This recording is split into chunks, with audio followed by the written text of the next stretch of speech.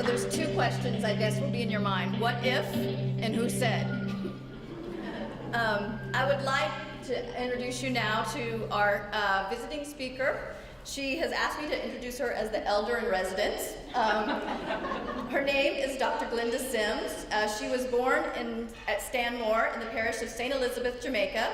After graduating from Bethlehem Teachers College, she taught at Vox Hill Senior School, Vere Technical High, and Cornwall College.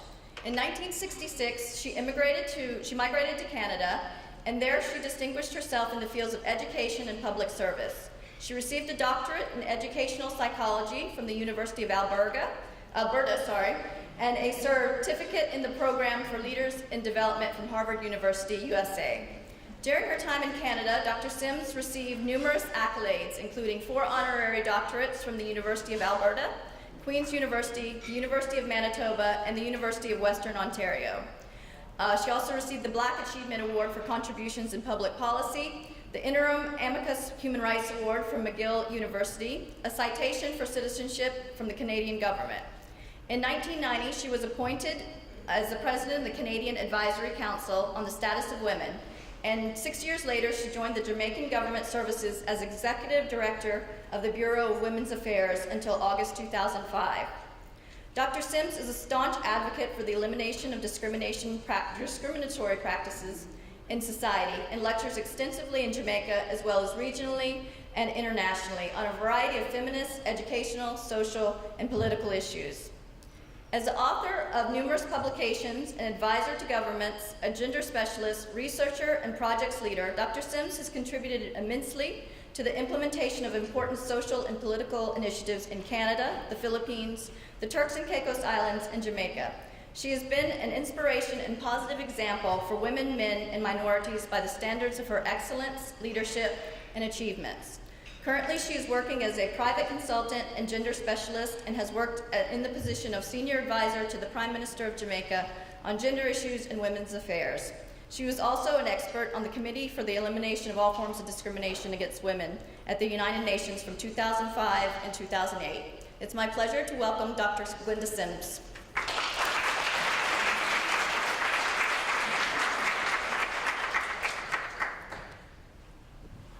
Thank you very much. Honorable Tara Rivers, Minister of Education, Employment and Gender Affairs, Madam MC Tammy Evans, and all the senior members of the public service who are here today, including your permanent secretary. You don't call yourself permanent secretary. That's okay, they still recognize. It's the same thing, right. Distinguished ladies and gentlemen and leaders of the community and the young women who are here this afternoon. I think it is very important for the young women to recognize that I made sure I'm here for you. The theme of my lecture to you or my remarks, how can we become architects of change? And therefore, if we do not speak to the young women, nothing will change. It's the young women of the next generation that must make a difference, because many of us have messed up the system a long time ago. So, distinguished ladies and gentlemen, it is indeed a real privilege and a special opportunity for me to be with you on this special occasion. Historically, the citizens of Jamaica and the Cayman Islands have had a very close political and cultural relationship. I am here today as a symbol of this long and unique connection. It is really a pleasure to be reacquainted with many of my friends and acquaintances who now live in these beautiful islands, and some of them are in this audience. This 2014 Women's Month is of particular significance in the long struggle for equality and justice that the women of the world have been seeking. The United Nations has just concluded the 58th session of the Commission on the Status of Women in New York. the member states of the United Nations, including the United Kingdom, convened on this occasion to evaluate the progress that nation states had made on the Millennium Development Goals, which are expected to be achieved by the end of 2015. As I look at your process this morning, and I was sharing with the minister, I think this is the best process that I've ever seen, even though I've traveled all over the world to all kinds of countries and I mean, I was in New York for 2 weeks listening to some panel talking to us, falling asleep. My friend had to hit me in the corner because we have not engaged the people. You have engaged the women. They started in these tables, and I listened to some of you, and you were passionate, you were insightful, and I feel, Minister, they are very committed. There can be no turning back. Can you tell that to your government? So this is a model that should be packaged and sent all over the world, including to the United Nations. They need to engage people. We need to speak our truths, and we don't need people to tell us what our lives are about. We know what our lives are all about. So let's change the model. This is the perfect model. And I want to congratulate you, Tammy. And you know, wherever I go, and at the Commonwealth meetings or in Anguilla not too long ago, when Britain decided they were going to extend to all the overseas territory, the CEDAW Convention, Tammy was there, and her colleagues, some of them are. Oh, she's gone restaurant. Yeah. Right, here. And I think, I want to tell you, Minister, she has been an excellent public servant. Excellent public servant. We are here this afternoon at the same period that the government of the Cayman Islands has requested the extension of the Convention on the Elimination of All Forms of Discrimination Against Women, CEDAW, to its territories, these territories, the territories of the Cayman Islands. And as I said, it started in Anguilla, where all the overseas territories came together. And I don't know how many have asked for the extension yet, but at least you're on the roster. So this is very, very important.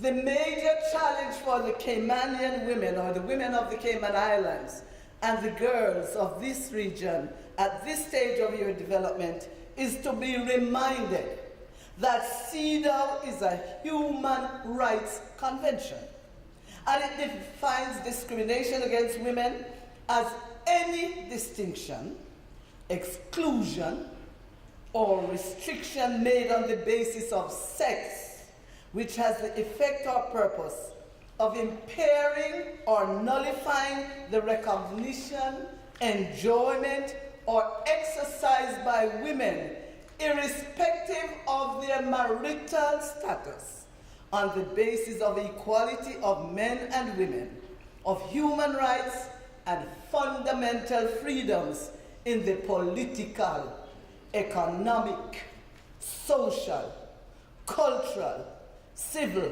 or any other field. And I want to emphasize, irrespective of her marital status, please tell it to your pastors. And I'll say no more about the church. Tell it to the pastors. Irrespective of your marital status, you have the right and you have the human rights to be who you should be and who you want to be. Okay, did you get the message? So, okay, tomorrow is Sunday, so you can take it away.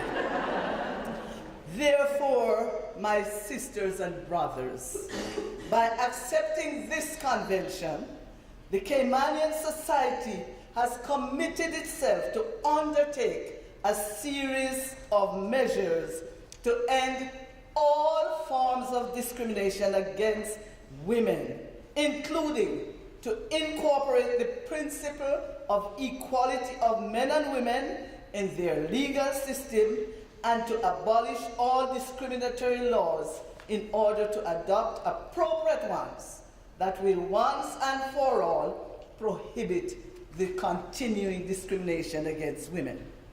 This means that on this day in 2014, the women of this society will say no to the patriarchal mindset that has defined both the masculine and the feminine for many thousands of years in the course of human existence.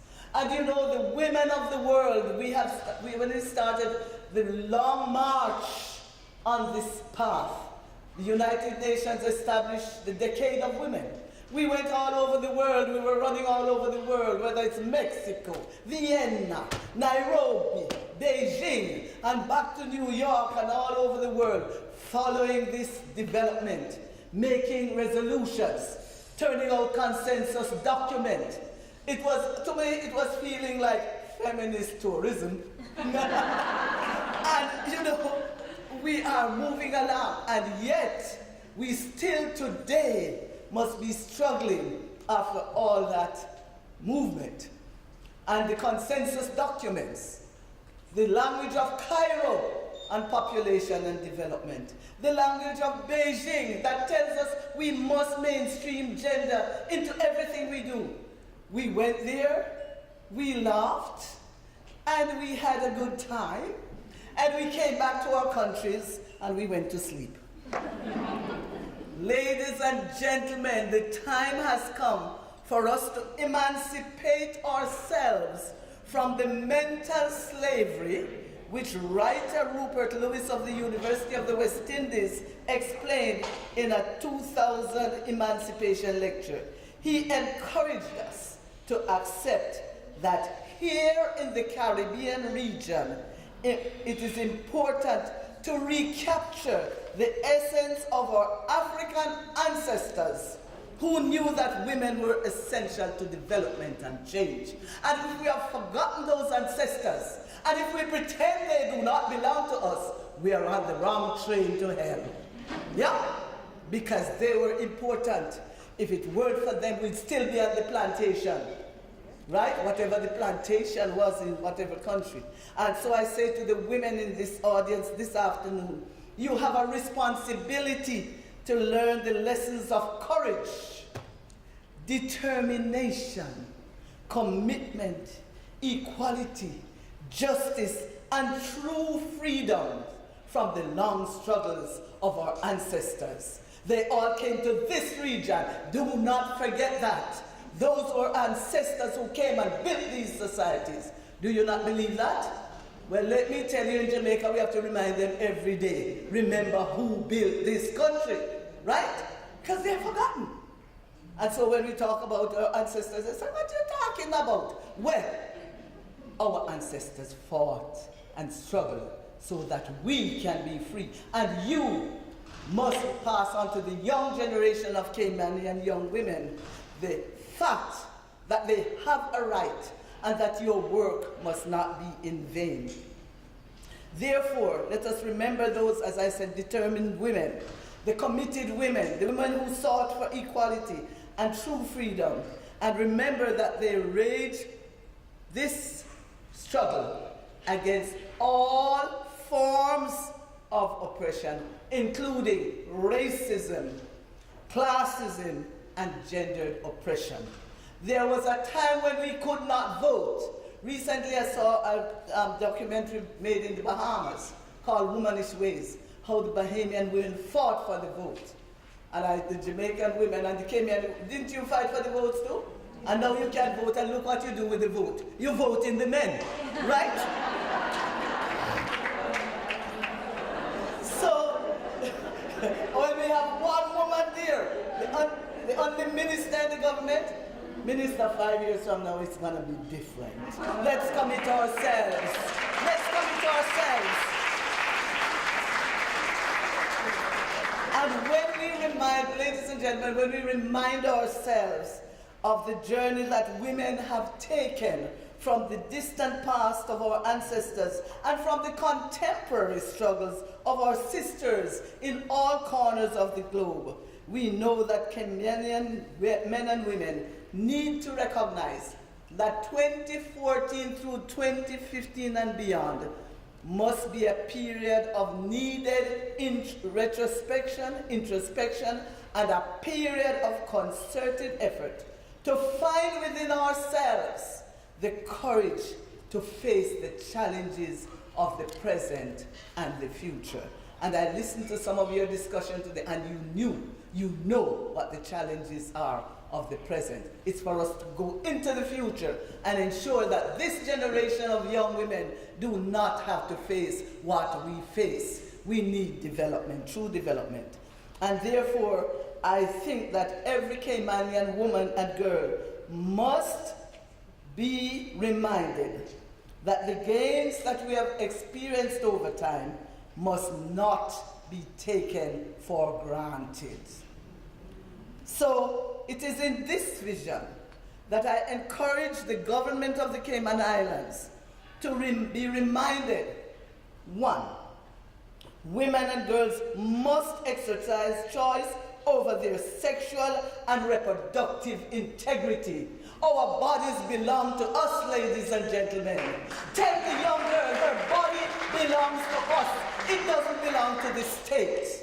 It doesn't belong to no man, whether it's husband, brother, father, whatever. It doesn't belong to her parents. It belongs to her. It is her body. And if we had taken control of our bodies in our mind, we wouldn't be in the state we are today. It is our body, and who gives them the right to tell us what should happen to our body? Yes, the female child is the most dependent in the mammal kingdom. We understand that. We give birth to little babies, and mothers and fathers have the responsibility to be there for the children. Far too many women in our region are in female-headed households. Where are the men? And you women, why don't you learn sense for a change? Why don't you learn sense for a change? And ensure that your daughters don't make your mistakes. Young girls, who are the young girls 30 and below? Stand up, please. Where are my young sisters? Stand up, 30 and below. 30 and below, where are they? There was a whole lot of young girls here today, no? They're not here? They left, that's all right, but you tell them the story, okay? And why do I say 30 and below? I mean, because you're young, right? Yeah, you're young. Now, those of you who are 30, between 30 and 50, you're still young, right? And those who are between 50 and 80, you're even younger, darling. So, my sisters who call themselves older women and senior citizens, I hate the term senior citizen. I am not a senior citizen, as Tammy told you. I am an elder. Elder. And I learned that from my people in Kenya and South Africa and all over the place. And when I worked amongst Aboriginal people in Canada, I am an elder in residence. And therefore, I have something to share with the next generation, right? We must share that with the next generation because we should have programmed ourselves to be elders. Elders and strong and in control. Show them how you control your bodies. I've made sure that my children know I have to control my body. I get rid of them daddy long time. You understand? So, because you can't sit there and you're perishing, my sisters, and you don't know what to do. Stand tall, my sisters. Organize yourselves. And in the future, select a man who's worth your choice.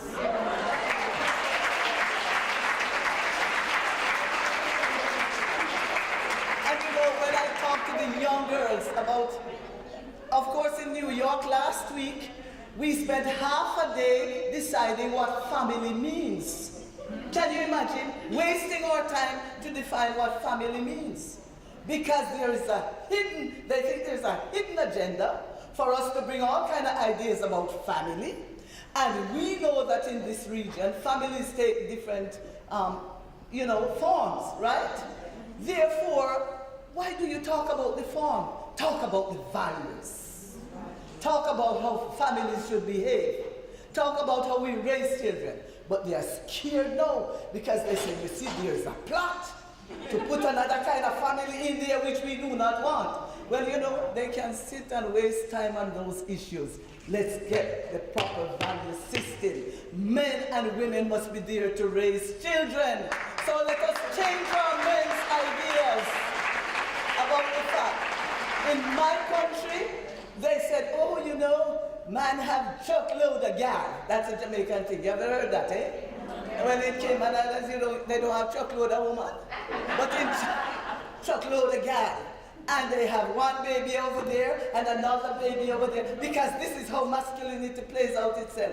And then the women sit down, as some of you are saying. Some of the women believe they are so important because they were selected to have one of the babies. We are not baby mothers. We are women. We are women with or without children. We are women with or without men. It is our womanhood for which we struggle. And my sisters, we better take this seriously, because our young girls are having babies from 10, 12, 14. Jamaica and Guyana has the largest population of teenage mothers in the Latin America and Caribbean region. Can you believe that? Yeah. Yes. Why are they having babies? Because they think that defines their womanhood. Yeah. They think they're sexy. Let's get rid of the word sexy. It is a terrible word. And notice men don't have to be sexy. No. That's why so many of you have some big old tough belly man. Yeah. I'm not talking about you, but I'm not talking about So we must deconstruct what it is to be sexy. It's a woman is sexy with or without a man. You're sexy at every age. So therefore, children are also born with sexuality. Let's not pretend they aren't. Stop telling them that they came through the moon or some bird. I don't know what you say in the Cayman. Some bird brought them here. It's not true. Why don't you tell the truth, my sisters, mothers and grandmothers? Why don't you tell your children that you had sex before they were born? And that's how they came about. You had sex with their fathers, didn't you? And most of you never tell them that. Oh, yes, I just had you. Lie. Yeah? Talk about your sexuality. Why are you pretending you never had sex? And you see some of them now, especially those in the church with their pretty hats. They never had sex from the day they were born.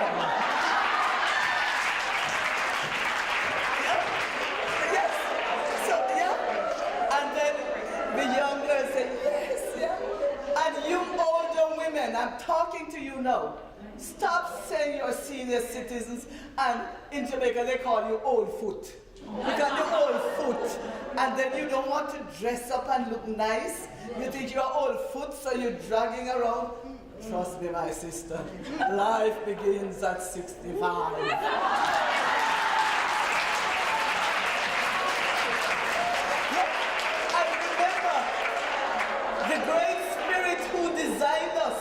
Did not make a mistake. And I don't know who that great spirit is.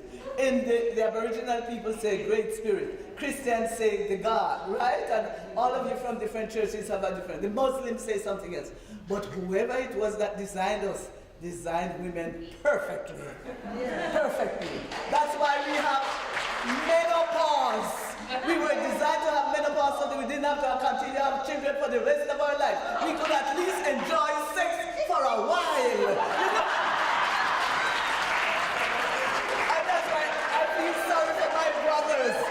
They have no menopause. In Jamaica, they continue having children till they're 100 years old.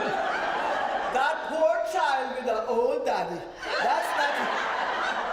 So we must remember, my sisters, love who you are. We were specially designed. Women were specially designed. That doesn't mean we are superior to men. We are different. And it is that difference that you must value. Don't pretend you're a man. When you're a manager in the public service, don't act like a man. Be a woman and strong. A woman and fair. Yes. Treat your workers well. Young men and young women need to be exposed to women who are compassionate and kind and fair and not corrupt. Not corrupt. And that's why Tammy showed you the film, so that we must become equal in decision making. We need to run these countries. The men have messed up the entire world for so long. They have. We need women 50% in our parliament, as they said, to talk about our lives. How children's lives, boys' lives, girls' lives, and men's lives. If we run countries, we'd help men to know they're not capable of everything they say they're capable. Right? We would help them to be sharers. We tell them they are not breadwinners, because now that we're getting an education, we can make our own money. Isn't that right? Therefore, the man now becomes an equal partner. I went to a meeting the other day and they said, oh, every African American man would like a Michelle Obama because they like her style and she's a great woman. Well, she was once the breadwinner of her family. Did you know that? When Obama was working in Chicago on the street, who was making the money? Michelle. But he didn't cry. He worked hard. Now he's president, he's making more money, so she can say and do other things, like flying to China and talking about obesity. You know what I mean? That is what you call partnership. And that's what every woman needs. A true partnership. Not that you're more important than the man. So I think the government of the Cayman Islands must make sure that women and girls enjoy freedom from all forms of violence. And I want to tell you that's the #1 issue in the global agenda, violence against women. The United Nations Women Trust Fund, they have millions of dollars to give to governments of the world to ensure that they make this the #1 issue. And therefore, we must make sure that we take violence against women and girls very seriously. Because it is not true that getting high degrees and great education is going to save us from violence. Many of you in here know your friends who are getting boxed down or whatever. And you know, I feel pathetic, not pathetic, compassionate for middle-class women. You know, we middle-class women tell lies. Oh yes, it's just a little crack over here, you know. I ran into the window. Did you ever see how they ran into the window? And they wear sunglasses. They didn't run into any window. The man boxed them down before they came to work, right? Now the woman in the inner city, in my country, come out and make noise on the road and kick me down, right? And this and that. But we middle-class women, you see, education has educated our emotional life outside of us. We are intellectually developed, but emotionally underdeveloped. Therefore, we must face our lives and tell the truth. And when we tell the truth, the young generation will listen to us. And that's what we need to pass on to those young girls. Tell them the truth. Truth telling is important to women's liberation. And therefore, and even in my own country, the women won't tell the truth. You know, I mean, I'm from St. Elizabeth, and many of you here have families who came out of St. Elizabeth. And then you meet them in Kingston. I know where they came from in St. Elizabeth. And oh, they are so stoush now. Stoush. You didn't even know that they came from St. Elizabeth. All of a sudden, they see themselves as middle class, upper class. I really don't know what that means. Just say you are who you are. And you have done certain things to move your lives along. And it's no big thing. We all can move our lives along. Every woman in here has the potential to move, and every man to move himself along. And I want you to move in another direction. Yeah? The government must also make sure that women attain participation, as I said before, in civic and political life. We must strive to give equal values to boys as well as girls. And you know, I don't know about Caymanian mothers, but we Jamaican mothers prefer our sons. Yeah. Yes? I mean, I had 2 daughters and a son, and my 2 daughters said, "You spoil him?" And I didn't know I was spoiling him, and maybe I did. You know, because we come with this idea. There was a time when the land had to be given to the first son. Did it happen here too? Yeah, sure. because we thought, and their poor little thing, let the boy, he can't do anything. You girls come and clean up, come and cook, this. And the boys can stay out late at night sewing their wild oats. And whose daughters are they to sew their wild oats on? The neighbors, those who don't value very much. Not only your friends' daughters now. You lock them up in a cage, right? No wonder they're trying to break out. Okay? And finally, we must let everyone in this society be reminded that unpaid care should be equally distributed between women and men, girls and boys. So we must all be there to look at the unpaid care, which we give to the children, which you give to your senior citizens. I don't want senior citizens, my mother is an elder. But we are sandwiched, women sandwiched between two generations, the generation of our children and our parents. And we have that burden of making sure we look after these generations. No wonder you're going to be dropping dead soon if you don't start that, right? And then, as our friend said, in your group you called for a cultural paradigm shift. And that's going to be a challenge to your government, because we believe in something called culture. Do you understand, my sisters? And when they say, oh, it's my culture, we can't stop it, it's part of our culture. That's what we say in Jamaica. And I said, who made that culture? Who wrote the lines of those cultures? Who wrote those textbooks, including the Bible? I don't know, was it any woman? How many women wrote the Bible? No, you Christians, tell me, how many women? No, tell me. I was glad this morning to see you had an Anglican pastor with a white collar. And I thought, if I had my life to live over, I would become a pastor. And I would take away every church, and especially those windows. What is it called in the Anglican church? Stained glass windows. The women must own the stained glass windows. Take it away from the men. Preserve it for generations to come. Because women should be equally at the head of the church. And as an Anglican, I know we have fought against women. I don't know about your other churches. We did not want women to be in the pulpit.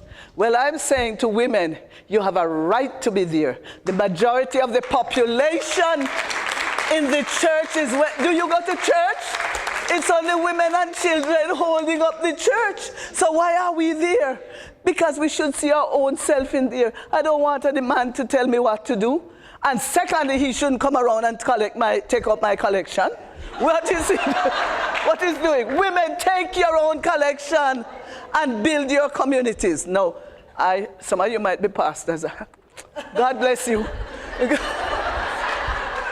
The other cultural issue that we must deconstruct, as I said, the definition of womanhood. I know my friend Lady, yes, but she used that as her Lady, whatever is your, Lady is your stage name.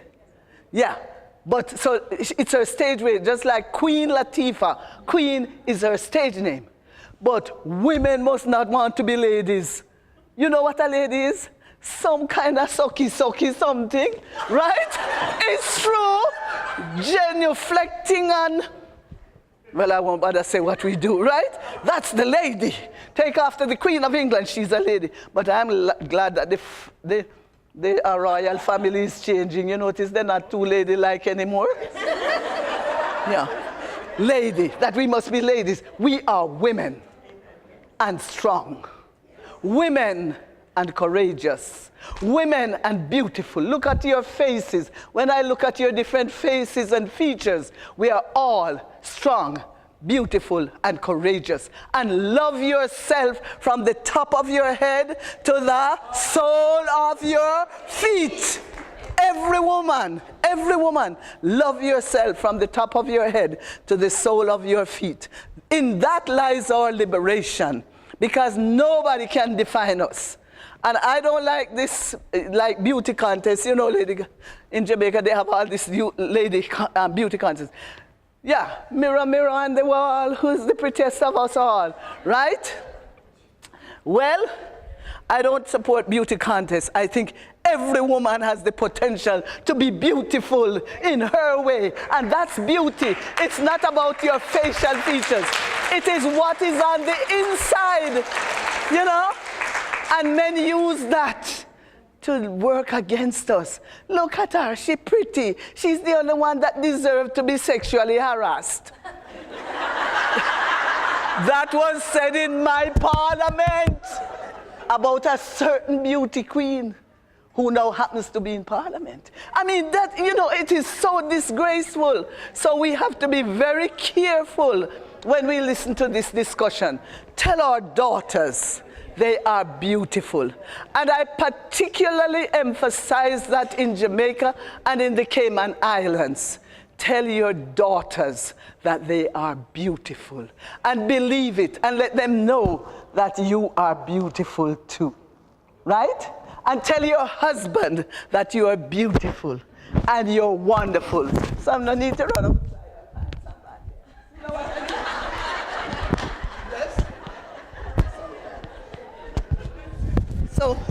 So sometimes, Mr. Bud, now you're the only man in here? That's not Mr. Bud, Mr. Suku, are you the only man in here? And Mr. Suku, I know, oh no, some men, good, the men are over there. Are you listening to me, men? Are the men listening? Because the message is for you too. Men and boys must change for us to have a better world and for them to have a better world. It is very important for our sons to find their rightful place in the society, and therefore we must show them love and compassion. And the other thing we must not do is to wash out their positivity out of them, their nurturing side. That's a challenge right now. Nobody wants the boy to be a nurturer. They say in Jamaica, they say, wait, is what that? Boy, what you doing? Playing with doll? Something is wrong with you if you play with doll. Men must play with dolls so that you can learn to look after your babies too. What is this thing? And girls should play with airplanes and trucks and trains, just like that, because we are becoming engineers and all kinds of professionals. Therefore, we need those skills. So let us not kill our humanity because we discriminate against certain attributes of the human family.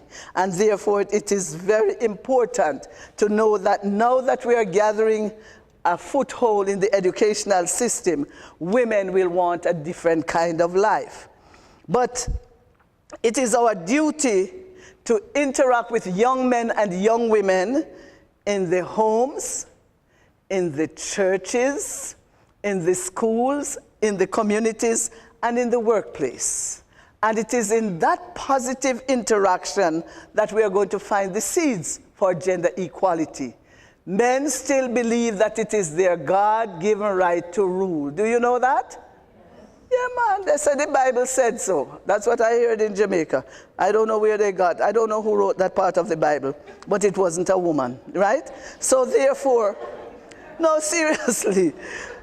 And then, ladies and gentlemen, sometimes we women undermine ourselves because, as I said before, we don't speak the truth. We undermine women. We got the vote, but we vote for the men. In my country, how are we going to get equality when the women do not like other women to lead them? They think the men can lead them. And then they get men to lead who don't even have the skills. No wonder we are in trouble. Yeah? Have you been looking at your entire region? One thing I'm happy about, Michelle Bachelet was the president of Chile. In their constitution, she could only serve one term.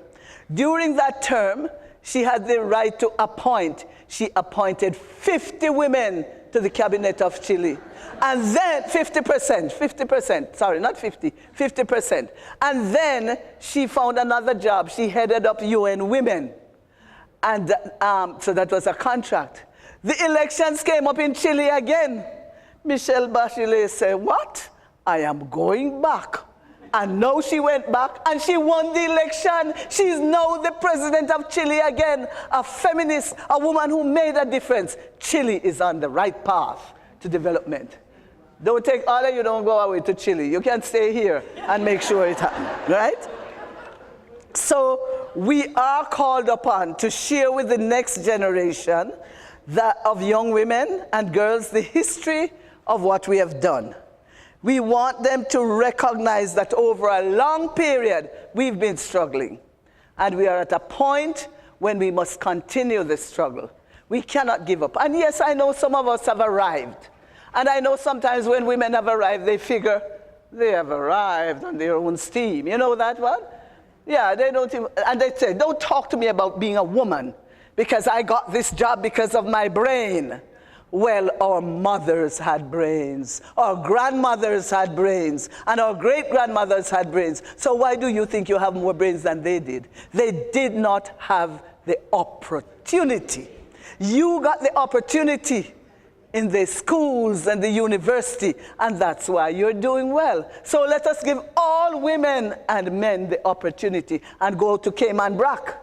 Go to the rural areas and give them all the opportunity so that we do not set up hierarchies of women. Some who tell that, you know how we are, eh? You don't know? Yes. I won't even bother to tell you because men are in here. I don't want to tell lies on us, right? So we want to tell the younger women and the younger men that the struggle must continuously be waged if we are to be truly free of patriarchal oppression. And so we need sometimes to bring to the young children incidents that are happening in other parts of the world. Yes, we have moved beyond that, but we must tell them about young Malala, who wanted education for girls, and the Taliban put a bullet through her head. She survived. That, my brothers and sisters, is a story that we must always take into consideration. So let another generation know that we must fight valiantly, and we must change the images and the ideas and the messages about our womanhood. And so as I look at all your faces, the sea of these faces, I know that we are at a good spot, but we have a long way to go in our institution.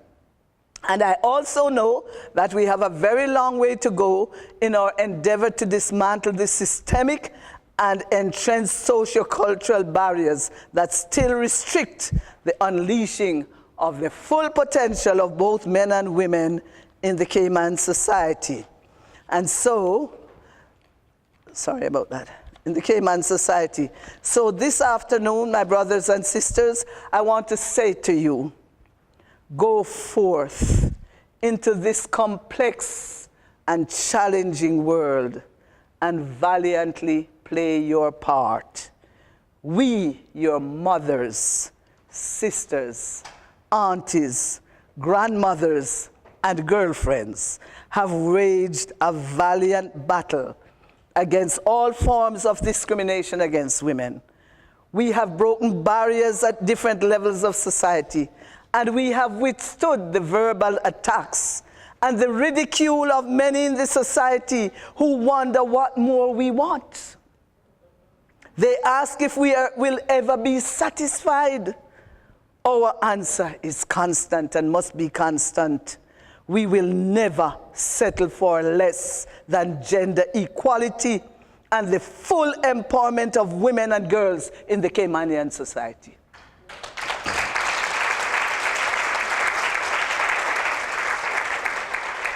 It is this vision that I want to share with you this afternoon, because those of us who lead and who advocate for social change sometimes forget that we have become too comfortable in the privileges that we have secured from our caste and class.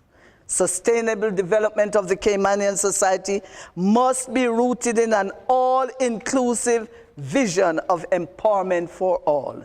This means that men, women, and children must be supported to become the best people that they can be in this very complex global village.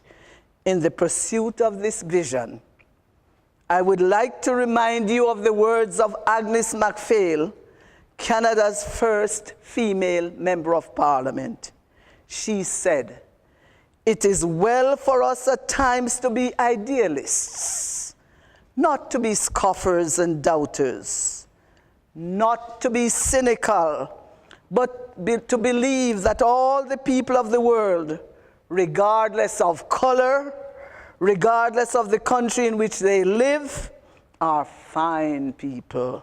And if we treat them as though they are, they will treat us in the same spirit.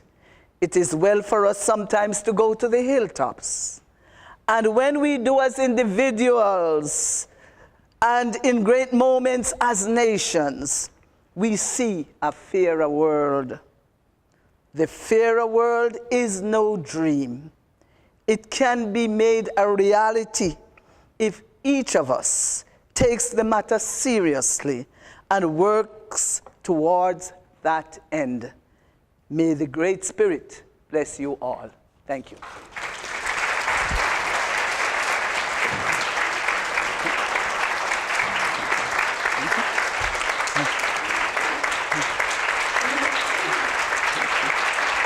Thank you. Thank you.